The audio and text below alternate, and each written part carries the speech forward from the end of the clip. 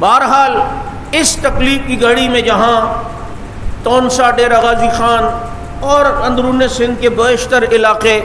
زیر آب ہیں اور بہت بری حالت ہوئی ہے، اور ایسی حالت ہوئی ہے کہ بیچارے لوگ پریشان ہیں اور کوئی ان کی داد رسی کے لیے پہنچ نہیں رہا جیسے پہنچنا چاہیے۔ ایسی صورتحال میں ہم سے جتنا ہو سکتا ہے ہم تو اتنا کریں، ہم سے جو تعاون ہو سکتا ہے ہم وہ تو کریں۔ اہل سنت والجماعت نے الحمدللہ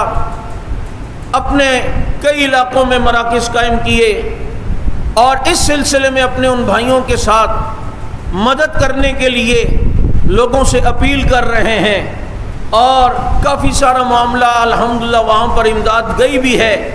باقی بھی بہت سی چیزوں کی ڈیمانڈ ہے، چارپائیوں کی وہاں ضرورت ہے، اشد ضرورت ہے، کیونکہ نیچے زمین بالکل گیلی ہے، بیچارے اگر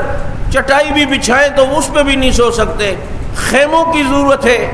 غذاؤں کی وہاں پر ضرورت ہے،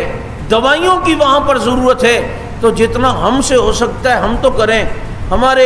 ہر ٹاؤن کے اندر ساتھی الحمدللہ محنت کر رہے ہیں، یہاں بھی ساتھی جو ہے وہ کیمپ لگائے ہوئے ہیں، اور آپ حضرات جو ہیں وہ ان کے ساتھ تعاون فرمائیں، اور کیا کہتے ہیں اپنے اس دکھ کی گھڑی میں اپنے ان مسلمان بھائیوں کو ضرور یاد کریں جو اس وقت سیلاب کی زد کے اندر ہیں، اور اس آزمائش کی گھڑی کے اندر ہم سے جتنا ہو ہم ان کے ساتھ تعاون کریں۔ اور یہ تعاون ضرور ہونا چاہیے، کیونکہ جب کوئی کسی دوسرے کی مدد کرتا ہے اللہ تعالیٰ اسے اس مصیبت سے محفوظ رکھتا ہے،